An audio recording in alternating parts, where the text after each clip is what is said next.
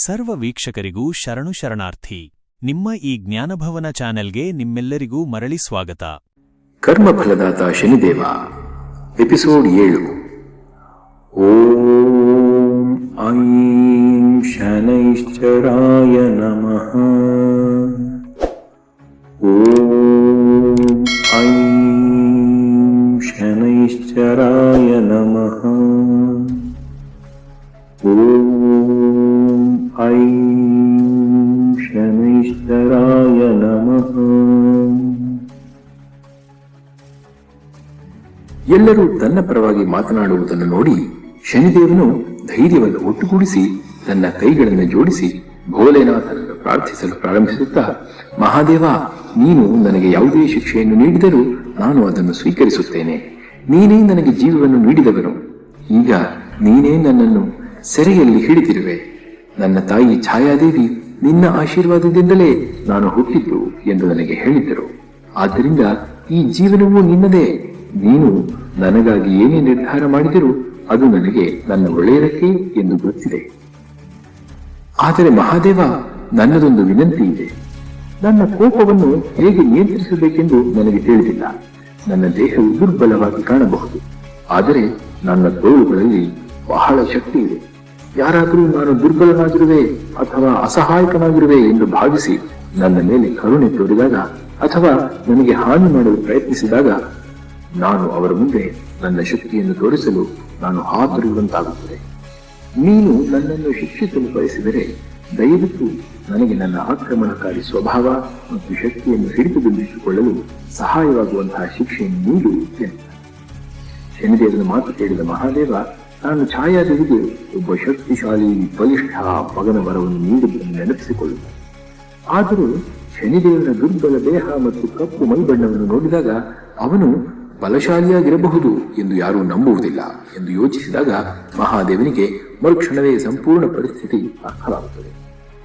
ಆಗ ಮಹಾದೇವ ಶನಿದೇವನನ್ನ ತನ್ನ ಬಂಧನದಿಂದ ಬಿಡುಗಡೆಗೊಳಿಸಿ ಆಶೀರ್ವದಿಸುತ್ತಾ ಶನಿದೇವನಿಗೆ, ಶನಿದೇವ, ನನ್ನ ಆಶೀರ್ವಾದ ನಿನ್ನನ್ನು ಶಕ್ತಿವಂತನನ್ನಾಗಿ ಮಾಡಿದ್ದು ನಿಜ. ಆದರೆ ನಿನ್ನ ಜನ್ಮ ಒಂದು ಛಾಯೆಯಿಂದ, ಕೇವಲ ಒಂದು ಪ್ರತಿರೂಪದಿಂದ ಆದ ಕಾರಣ ನೀನು ದೈಹಿಕವಾಗಿ ದುರ್ಬಲನಾಗಿಯೂ ಕಪ್ಪು ಮೈಬಣ್ಣದವನಾಗಿಯೂ ಕಾಣುತ್ತಿರುವೆ. ನಿನ್ನ ಸ್ವಭಾವ ಮತ್ತು ದೇಹದ ನಡುವಿನ ಸಾಮರಸ್ಯದ ಕೊರತೆಯೇ ನಿನ್ನ ಕೋಪ ಮತ್ತು ಪ್ರತಿಭಟನೆಯ ಮನಸ್ಥಿತಿ ವೃದ್ಧಿಸಲು ಕಾರಣವಾಗಿದೆ. ಇದನ್ನು ನಿಯಂತ್ರಣದಲ್ಲಿಡಬೇಕಾದರೆ ನಿನಗೆ ಏನಾದರೂ ಜವಾಬ್ದಾರಿಯನ್ನು ನೀಡುವುದು ಅತ್ಯಗತ್ಯವಾಗಿದೆ ಎಂದಾಗ ಶನಿದೇವ ಹೀಗೆ ಹೇಳುತ್ತಾನೆ, ನಿನ್ನ ಇಚ್ಛೆಯಂತೆ ಆಗಲಿ ಪ್ರಭು. ನೀನು ನನಗೆ ಯಾವುದೇ ಜವಾಬ್ದಾರಿಯನ್ನು ನೀಡಿದರೂ ನಾನು ಅದನ್ನು ಸಂಪೂರ್ಣ ಪ್ರಾಮಾಣಿಕತೆಯಿಂದ ನಿರ್ವಹಿಸುತ್ತೇನೆ ಎನ್ನುತ್ತಾನೆ. ಆಗ ಮಹಾದೇವ, ತುಂಬಾ ಸಂತೋಷ. ಇಂದು ನಾನು ನಿನ್ನ ಜೀವನಕ್ಕೆ ಹೊಸ ದಿಕ್ಕನ್ನು ನೀಡುವ ಕೆಲಸವೊಂದನ್ನು ನಿನಗೆ ತಂದಿರುವೆ ಎನ್ನುತ್ತಾನೆ.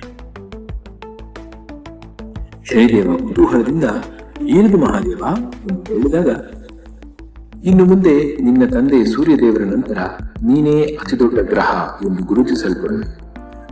ಆದರೆ ಶಿಕ್ಷೆಯ ರೂಪವಾಗಿ ನಿನ್ನ ನೋಟ ಮತ್ತು ನಿನ್ನ ಸ್ವಭಾವ ಎರಡೂ ಕಠಿಣ ಮತ್ತು ಉಗ್ರವಾಗಿಯೇ ಇರುತ್ತದೆ. ನಿನ್ನ ದೃಷ್ಟಿಯ ಮೂಲಕ ನೀನು ತಪ್ಪಿತಸ್ಥರನ್ನು ಶಿಕ್ಷಿಸುವೆ ಮತ್ತು ಆ ಕಾರಣದಿಂದಾಗಿಯೇ ಇನ್ನು ಮುಂದೆ ನೀನು ಕೇವಲ ಶನಿದೇವ ಎಂದು ಗುರುತಿಸಲ್ಪಡುವುದಿಲ್ಲ, ಬದಲಾಗಿ ಕರ್ಮಫಲದಾತ ಶನಿದೇವ ಎಂದು ಕರೆಯಲ್ಪಡುವೆ.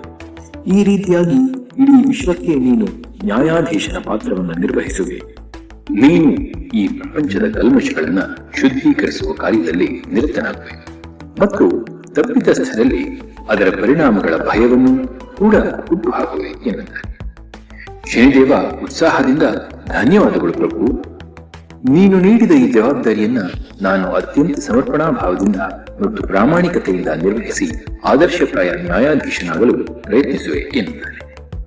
ಆಗ ಮಹಾದೇವ ಪ್ರಶಾಂತವದನದಿಂದ, ಹೌದು ಪುತ್ರ, ನ್ಯಾಯಾಧೀಶರು ನ್ಯಾಯವನ್ನು ನೀಡುವಂತೆಯೇ ನೀನು ಕೂಡ ಪ್ರತಿಯೊಂದು ಜೀವಿಯ ಕರ್ಮಗಳ ಆಧಾರದ ಮೇಲೆ ಅವರಿಗೆ ತಕ್ಕಂತಹ ಫಲಿತಾಂಶ ನೀಡುವೆ.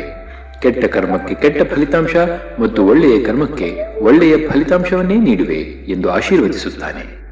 ಆಗ ಸೂರ್ಯದೇವ ಸಂತೋಷದಿಂದ, ಹೇ ಮಹಾದೇವ, ನೀನು ನನ್ನ ಚಿಂತೆಯನ್ನೇ ದೂರ ಮಾಡಿದೆ. ಈಗ ನನಗೆ ಶನಿದೇವನ ಭವಿಷ್ಯದ ಬಗ್ಗೆ ಭರವಸೆ ಮೂಡುತ್ತಿದೆ. ನಾನು ನಿನಗೆ ಮನದಾಳದಿಂದ ಕೃತಜ್ಞನಾಗಿರುವೆ ಪ್ರಭು ಎನ್ನುತ್ತಾನೆ. ಮಹಾದೇವನಿಂದ ಆಶೀರ್ವಾದ ಪಡೆದು ಶನಿದೇವ ಮತ್ತು ಸೂರ್ಯದೇವ ಅಲ್ಲಿಂದ ಹೊರಡುತ್ತಾರೆ. ಆ ದಿನದಿಂದ ಶನಿದೇವನು ನಿಷ್ಪಕ್ಷಪಾತ ಧರ್ಮಪಾಲಕ ನ್ಯಾಯಾಧೀಶನಾಗುತ್ತಾನೆ. ಆದರೆ ಒಂದು ದಿನ ಶನಿದೇವನ ಕಟ್ಟುನಿಟ್ಟಾದ ನ್ಯಾಯಪಾಲನೆಯು ಮಹಾದೇವನ ಮೇಲೆಯೇ ದುಷ್ಪರಿಣಾಮ ಬೀರುತ್ತದೆ ಎಂದು ಸ್ವತಃ ಮಹಾದೇವನು ಕೂಡ ಊಹಿಸಿರಲಿಲ್ಲ. ಒಂದು ದಿನ ಮಹಾದೇವನು ಕೂಡ ಶನಿದೇವನ ಉಗ್ರ ದೃಷ್ಟಿಯ ಪರಿಣಾಮವನ್ನು ಎದುರಿಸಬೇಕಾಗುತ್ತದೆ. ಸನ್ನಿ ಶನಿದೇವನ ಚರಿತ್ರೆಯನ್ನು ಹೇಳುವಲ್ಲಿ ಮಗ್ನನಾಗಿರುವಾಗ ರಾಜ ನಿದ್ರೆಗೆ ಜಾರುವುದನ್ನು ನೋಡುತ್ತಾನೆ. ಸನ್ನಿ ಆಳವಾದ ಉಸಿರು ತೆಗೆದುಕೊಂಡು ರಾಜನಿಗೆ ಹೊದಿಕೆ ಹೊದಿಸಿ ಸದ್ದಿಲ್ಲದೆ ಕೋಣೆಯಿಂದ ಹೊರಬರುತ್ತಾನೆ. ಮರುದಿನ ಬೆಳಿಗ್ಗೆ ರಾಜನಿಗೆ ಎಚ್ಚರವಾದಾಗ ಅವನ ತಂದೆ ತಾಯಿ ಅವನ ಪಕ್ಕದಲ್ಲಿ ಕುಳಿತಿರುವುದನ್ನು ನೋಡುತ್ತಾನೆ. ಆದರೆ ಸನ್ನಿ ಎಲ್ಲೂ ಕಾಣುವುದಿಲ್ಲ. ರಾಜ ಆಶ್ಚರ್ಯದಿಂದ, ಓ ಅಮ್ಮ, ಅಪ್ಪ, ನೀವ್ ಯಾವಾಗ ಬಂದ್ರಿ? ನಾನು ಯಾವಾಗ ನಿದ್ದೆ ಹೋದೆ, ಯಾವಾಗ ಮಾರ್ನಿಂಗ್ ಆಯ್ತು ಅನ್ನೋದೇ ಗೊತ್ತಾಗ್ಲಿಲ್ಲ. ಸನ್ನಿ ಶನಿದೇವರ ಕಥೆ ಹೇಳ್ತಾ ಇದ್ದ. ಕೇಳ್ತಾ ಕೇಳ್ತಾ ನಾನು ಮಲಗಿದ್ದೆ ಅನ್ಸುತ್ತೆ. ಅವನು ನನ್ನ ಎಬ್ಬಿಸ್ಲೇ ಇಲ್ಲ ಎಂದು ಸುತ್ತ ನೋಡುತ್ತಾ, ಸನ್ನಿ ಎಲ್ಲಿದ್ದಾನೆ, ಅವನನ್ನು ಕರೀರಿ, ನಾನು ವಾಶ್ರೂಮ್ ಹೋಗ್ಬೇಕು ಎನ್ನುತ್ತಾನೆ.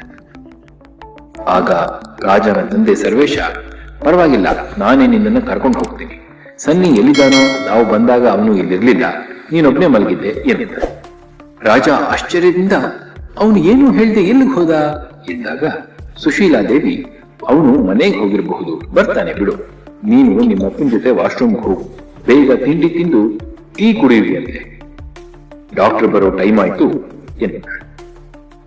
ಅಮ್ಮ ಹೇಳಿದ ಮಾತಿಗೆ ರಾಜ ಸರಿ ಎನ್ನುತ್ತಾ ಅಪ್ಪನ ಹೆಲ್ಪ್ ತೆಗೆದುಕೊಂಡು ವಾಶ್ರೂಮ್ಗೆ ಹೋಗುತ್ತಾನೆ. ಸರಿಯಾಗಿ 9 ಗಂಟೆಗೆ ಡಾಕ್ಟರ್ ರೌಂಡ್ಸ್ಗೆ ಬಂದು ರಾಜನನ್ನೊಮ್ಮೆ ಚೆಕ್ ಮಾಡುತ್ತಾ, ಹಾ ಮಿಸ್ಟರ್ ರಾಜ, ಈಗ ಹೇಗೆ ಅನಿಸ್ತಾ ಇದೆ ಎಂದು ಕೇಳಿದ್ದಾನೆ. ರಾಜ ನರಳುತ್ತಾ, ತುಂಬಾ ಇಂಪ್ರೂವ್ಮೆಂಟ್ ಏನೂ ಆಗಿಲ್ಲ ಅನ್ಸುತ್ತೆ ಡಾಕ್ಟರ್, ತಲೆ ಇನ್ನೂ ಭಾರವಾಗೇ ಇದೆ, ಹೇಳೋಕೆ ಟ್ರೈ ಮಾಡಿದ್ರೆ ತಲೆ ಸುತ್ತೊಂದಾಗುತ್ತೆ ಎನ್ನುತ್ತಾನೆ. ಆಗ ಡಾಕ್ಟರ್, ಹಾಗಾದ್ರೆ ಯಾಕೆ ಹೇಳೋದಕ್ಕೆ ಟ್ರೈ ಮಾಡ್ತೀರಾ, ಹೇಳ್ಬೇಡಿ, ಹೇಳ್ಬೇಕು ಅನ್ನಿಸಿದಾಗ ವಾರ್ಡ್ ಬಾಯ್ನ ಕರೀರಿ, ಅವನು ನಿಮ್ಮನ್ನ ಫ್ರೆಶ್ ಮಾಡ್ತಾನೆ, ನಿಮ್ಮ ಬೆಡ್ ಸರಿ ಮಾಡ್ಕೊಡ್ತಾನೆ, ಇಲ್ಲಿ ಅವರಿರೋದು ಅದೇ ಕೆಲಸಕ್ಕೆ, ಕಾಲ್ ದ ವಾರ್ಡ್ ಬಾಯ್ ಎನ್ನುತ್ತಾರೆ. ಆಗ ಸುಶೀಲಾ ದೇವಿ, ವಾರ್ಡ್ ಬಾಯ್ ಎಲ್ಲಿಗೆ ಹೋದ ಅಂತ ಗೊತ್ತೇ ಇಲ್ಲ ಡಾಕ್ಟರ್, ನಾವು ಅವನಿಗಾಗೆ ಕಾಯ್ತಾ ಇದ್ದೀವಿ ಎನ್ನುತ್ತಾಳೆ. ಆಗ ರಾಜ, ಇರ್ಲಿ ಬಿಡಮ್ಮ, ಬರ್ತಾನೆ, ಡಾಕ್ಟರ್ ಬ್ರೇಕ್ಫಾಸ್ಟ್ ಆದ ನಂತರ ಯಾವ ಮೆಡಿಸಿನ್ ತಗೋಬೇಕು ಅಂತ ಹೇಳಿ ನಾನೇ ತಗೊಳ್ತೀನಿ ಎನ್ನುತ್ತಾನೆ. ಆಗ ಡಾಕ್ಟರ್, ಇವತ್ತಿನ ಡೋಸ್ ಕೆಲವು ಇಂಜೆಕ್ಷನ್ಗಳಿವೆ, ಕೆಲವು IV ಡ್ರಿಪ್ಗಳಿವೆ, ಅದನ್ನ ಕೊಡ್ಬೇಕು, ಇಲ್ಲಿದೆ, ವಾರ್ಡ್ ಬಾಯ್ ಬಂದಾಗ ಅವನಿಗೆ ಹೇಳಿ, ಅವನಿಗೆ ಗೊತ್ತಿರುತ್ತೆ, ಕೊಡ್ತಾನೆ, 2 ಟ್ಯಾಬ್ಲೆಟ್ ಈಗ ತಗೊಳ್ಳಿ, ನಿಮ್ ಸೈಡ್ ಟೇಬಲ್ ಮೇಲೆ ಇರ್ತಾರೆ ಎಂದಾಗ ಸರ್ವೇಶ, ಓ ಹೌದೌದು ಡಾಕ್ಟರ್, ನಾನು ನಿನ್ನೆ ತಂದಿದ್ದೆ, 1 ನಿಮಿಷ ಇರಿ, ನಾನು ಕೊಡ್ತೀನಿ ಎನ್ನುತ್ತಾನೆ. ಆಗ ಸುಶೀಲಾ ದೇವಿ, ಡಾಕ್ಟ್ರೇ, ನಮ್ ರಾಜ ಇನ್ನು ಎಷ್ಟು ದಿನ ಇಲ್ಲೇ ಇರ್ಬೇಕಾಗುತ್ತೆ, ನಾವು ಅವನನ್ನ ಮನೆ ಕರ್ಕೊಂಡು ಹೋಗಬಹುದಾ, ಪ್ಲಾಸ್ಟರ್ ಯಾವಾಗ ತೆಗೆಸ್ಬೇಕು ಅಂತ ಹೇಳಿದ್ರೆ ಆವಾಗ ಅವನನ್ನ ಕರ್ಕೊಂಡು ಬರ್ತೀವಿ ಎಂದು ಕೇಳುತ್ತಾಳೆ. ಡಾಕ್ಟರ್, ಇಲ್ಲ, ನೀವು ಸದ್ಯಕ್ಕೆ ಇಲ್ಲೇ ಇರಬೇಕಾಗುತ್ತೆ, ಅವರಿಗೆ ಇವತ್ತು ಕೆಲವು ಟೆಸ್ಟ್ ಮಾಡೋದಿರುತ್ತೆ, ಟೆಸ್ಟ್ ರಿಸಲ್ಟ್ ಬರೋವರೆಗೂ ಅವರು ಇಲ್ಲೇ ಇರಬೇಕಾಗುತ್ತೆ ಎನ್ನುತ್ತಾರೆ. ಸುಶೀಲಾ ಬೇಸರದಿಂದ, ಅದಕ್ಕೆ ಎಷ್ಟು ಟೈಮ್ ಆಗುತ್ತೆ ಡಾಕ್ಟರ್ ಎನ್ನುತ್ತಾಳೆ. ಡಾಕ್ಟರ್, ಮೋಸ್ಟ್ಲಿ 1 ವಾರ ಆಗಬಹುದು ಎನ್ನುತ್ತಾನೆ. ಆಗ ರಾಜ, ನಿನ್ನೆ ಸನ್ನಿಗೂ ಅದನ್ನೇ ಹೇಳಿದ್ದಲ್ವಾ ಎಂದಾಗ ಡಾಕ್ಟರ್, ಸನ್ನಿ ಅಂದ್ರೆ ಯಾರು ಎಂದು ಕೇಳುತ್ತಾರೆ. ರಾಜ, ವಾರ್ಡ್ ಬಾಯ್ ಡಾಕ್ಟರ್ ಎನ್ನುತ್ತಾನೆ. ಡಾಕ್ಟರ್ ಆಶ್ಚರ್ಯದಿಂದ, ನಾನು ನಿನ್ನೆ ಇಲ್ಲಿಗೆ ಬಂದಿರಲಿಲ್ಲ, ನಿಮ್ಮನ್ನ ಚೆಕ್ ಮಾಡಿರ್ಲಿಲ್ಲ, ಯಾವುದೇ ಟೆಸ್ಟ್ಗೂ ಹೇಳಿರ್ಲಿಲ್ಲ, ನೀವು 1 ವಾರ ಇಲ್ಲಿರ್ಬೇಕಾಗುತ್ತೆ ಅನ್ನೋದು ನನಗೆ ಗೊತ್ತಿರ್ಲಿಲ್ಲ, ಬೇರೆ ಯಾರೋ ನಾನ್ ಹೀಗೆ ಹೇಳ್ತೀನಿ ಅಂತ ಹೇಗೆ ಹೇಳ್ತಾರೆ ಎನ್ನುತ್ತಾರೆ. ರಾಜ ಆಶ್ಚರ್ಯದಿಂದ, ಯು ಮೀನ್ ನಿನ್ನೆ ನೀವು ನನಗೆ ಟ್ರೀಟ್ಮೆಂಟ್ ಕೊಡ್ಲಿಲ್ವಾ ಡಾಕ್ಟರ್, ನನ್ನ ಕಾಲ್ಗೆ ಕ್ಯಾಸ್ಟಿಂಗ್ ನೀವು ಹಾಕ್ಲಿಲ್ವಾ, ಕಾಲ್ಗೆ ಪ್ಲಾಸ್ಟರ್ ಹಾಕಿದ್ರಿ ಅಲ್ವಾ ಎಂದಾಗ ಡಾಕ್ಟರ್, ಇಲ್ಲ, ನಾನು ಮಾರ್ನಿಂಗ್ ರೌಂಡ್ಸ್ಗೆ ಮಾತ್ರ ಬರೋದು, ನಿಮ್ಗೆ ಡ್ಯೂಟಿ ಡಾಕ್ಟರ್ಸ್ ಟ್ರೀಟ್ ಮಾಡಿರ್ತಾರೆ, ನಾನು ವಾರ್ಡ್ ಬಾಯ್ನ ಮೀಟ್ ಮಾಡಿಲ್ಲ, ಸೊ ಈ ನಿಮ್ ಫೈಲ್ ನಲ್ಲಿ ಡೀಟೇಲ್ಸ್ ಇದೆ ನೋಡಿ, ಇಷ್ಟರಲ್ಲಿ ಡ್ಯೂಟಿ ಡಾಕ್ಟರ್ ಬರ್ತಾರೆ, ಜೊತೆಗೆ ವಾರ್ಡ್ ಬಾಯ್ನು ಬರ್ತಾನೆ ಎನ್ನುತ್ತಾರೆ.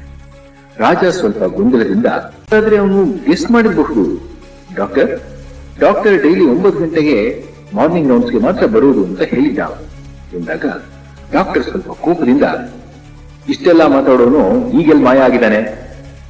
ಈ ವಾರ್ಡ್ ಬಾಯ್ಗಳಿಗೆ ಜವಾಬ್ದಾರಿನೇ ಇರೋದಿಲ್ಲ. ನಾನು ರೌಂಡ್ಸ್ಗೆ ಬಂದಿದ್ದೀನಿ ಅಂತ ಗೊತ್ತಿದ್ದಾಗಲಾದ್ರೂ ಅವನು ಇಲ್ಲಿ ಇರ್ಬೇಕಾಗಿತ್ತು ಎನ್ನುತ್ತಾ, ಸರಿ ನೀವು ಸ್ವಲ್ಪ ರೆಸ್ಟ್ ಮಾಡಿ, ನಾನು ನರ್ಸಿಂಗ್ ಸ್ಟಾಫ್ಗೆ ಹೇಳ್ತೀನಿ, ಸ್ವಲ್ಪ ಟೈಮ್ನಲ್ಲೇ ಅವರು ನಿಮ್ಮನ್ನ ಟೆಸ್ಟ್ಗೆ ಲ್ಯಾಬ್ಗೆ ಕರ್ಕೊಂಡು ಹೋಗ್ತಾರೆ ಎಂದಾಗ ರಾಜ ಸರಿ ಡಾಕ್ಟರ್ ಎನ್ನುತ್ತ. ಹೀಗೆ ಹೇಳುತ್ತಾ ಡಾಕ್ಟರ್ ಪ್ರಿಸ್ಕ್ರಿಪ್ಷನ್ ಸ್ಲಿಪ್ ಸರ್ವೇಶ ಅವರ ಕೈಗೆ ಕೊಟ್ಟು ಅಲ್ಲಿಂದ ಹೊರಟು ಹೋಗುತ್ತಾರೆ. ಒಂದೇ ದಿನದಲ್ಲಿ ಸನ್ನಿ ರಾಜನ ಫ್ಯಾಮಿಲಿಯವರೆಲ್ಲ ಇಷ್ಟಪಡುವಂತಹ ವ್ಯಕ್ತಿ ಆಗಿಬಿಟ್ಟಿದ್ದ. ಆದ್ರೆ ಅವನು ಅಲ್ಲಿ ಇಲ್ಲದೆ ಇರೋದು ಅವರಿಗೆಲ್ಲ ಬೇಸರ ಆಗೋ ಹಾಗೆ ಮಾಡಿತು. ರಾಜನ ಮುಖದಲ್ಲಿ ನಿರಾಶೆ ಇರೋದನ್ನ ನೋಡಿ ಅವನ ತಂದೆ ಸರ್ವೇಶ ಅವನಿಗೆ ಸಮಾಧಾನ ಮಾಡುತ್ತಾ, ಡೋಂಟ್ ವರಿ ಮಗನೇ, ದೊಡ್ಡ ಹಾಸ್ಪಿಟಲ್ ಅಲ್ವಾ, ಇಂಥ ಚಿಕ್ಕ ಪುಟ್ಟ ಮಿಸ್ ಮ್ಯಾನೇಜ್ಮೆಂಟ್ ಆಗ್ತಾ ಇರ್ತಾರೆ. ನಾನು ರಿಸೆಪ್ಷನ್ಗೆ ಹೋಗಿ ಇನ್ನೊಬ್ಬ ವಾರ್ಡ್ ಬಾಯ್ನ ಕರ್ಕೊಂಡು ಬರ್ತೀನಿ, ಅಥವಾ ಕಳಿಸೋಕೆ ಹೇಳಿ, ಮೆಡಿಸಿನ್ ತರೋದಿದೆ, ತಗೊಂಡ್ ಬರ್ತೀನಿ ಎಂದು ಹೇಳುತ್ತಾ ರಿಸೆಪ್ಷನ್ ಕಡೆ ಹೋಗುತ್ತಾರೆ. ಅಲ್ಲಿ ರಿಸೆಪ್ಷನಿಸ್ಟ್ಗೆ, 8ನೇ ನಂಬರ್ ವಾರ್ಡ್ ನಲ್ಲಿ ವಾರ್ಡ್ ಬಾಯ್ ಇಲ್ಲ, ಪೇಷಂಟ್ಗೆ ಇಂಜೆಕ್ಷನ್ ಕೊಡೋದಿದೆ, IV ಸ್ಟಾರ್ಟ್ ಮಾಡಬೇಕು ಅಂತ ಹೇಳಿದ್ದಾರೆ ಡಾಕ್ಟರ್, ಸ್ವಲ್ಪ ಬೇಗ ವಾರ್ಡ್ ಬಾಯ್ನ ಕಳಿಸಿ ಎನ್ನುತ್ತಾರೆ. ಆಗ ರಿಸೆಪ್ಷನಿಸ್ಟ್, ಹೌದಾ, ಈಗ ಆಲ್ಮೋಸ್ಟ್ 10 ಗಂಟೆ ಆಯ್ತು, ನಿಮ್ ವಾರ್ಡ್ಗೆ ಯಾರು ಬಂದಿಲ್ವಾ? 1 ನಿಮಿಷ ಕೊಡಿ, ಅಲ್ಲಿಗೆ ಯಾರನ್ನ ಅಸೈನ್ ಮಾಡಿದ್ದಾರೆ ಅಂತ ನೋಡ್ತೀನಿ ಎನ್ನುತ್ತಾ ರಿಜಿಸ್ಟರ್ ನಲ್ಲಿ ನೋಡಿ, ನಿಮ್ ವಾರ್ಡ್ಗೆ ಆದಿತ್ಯ ಕುಮಾರ್ ಅನ್ನೋ ವಾರ್ಡ್ ಬಾಯ್ನ ಅಸೈನ್ ಮಾಡಿದ್ದಾರೆ ಸರ್, ಅವನು ನಿನ್ನೆ ಇಲ್ಲಿ ಸೈನ್ ಮಾಡಿದ್ದಾನೆ ನೋಡಿ ಎಂದು ರಿಜಿಸ್ಟರ್ ತೋರಿಸುತ್ತಾ, ಅಂದ್ರೆ ಅವನು ಇಲ್ಲೆಲ್ಲೋ ಇರಬಹುದು ಸರ್, ನಾನು ಈಗಲೇ ಚೆಕ್ ಮಾಡಿ ನಿಮ್ ವಾರ್ಡ್ಗೆ ಕಳಿಸ್ತೀನಿ ಎನ್ನುತ್ತ. ಸರ್ವೇಶ, ಆದ್ರೆ 8ನೇ ನಂಬರ್ ವಾರ್ಡ್ ನಲ್ಲಿ ಆದಿತ್ಯ ಕುಮಾರ್ ಅಲ್ಲ, ಸನ್ನಿ ಅನ್ನೋ ವಾರ್ಡ್ ಬಾಯ್ ಇದ್ದಿದ್ದು. ರಿಸೆಪ್ಷನಿಸ್ಟ್, ಎಕ್ಸ್ಕ್ಯೂಸ್ ಮಿ ಸರ್ ಎಂದು ಫೋನ್ ಅಟೆಂಡ್ ಮಾಡ್ತಾಳೆ.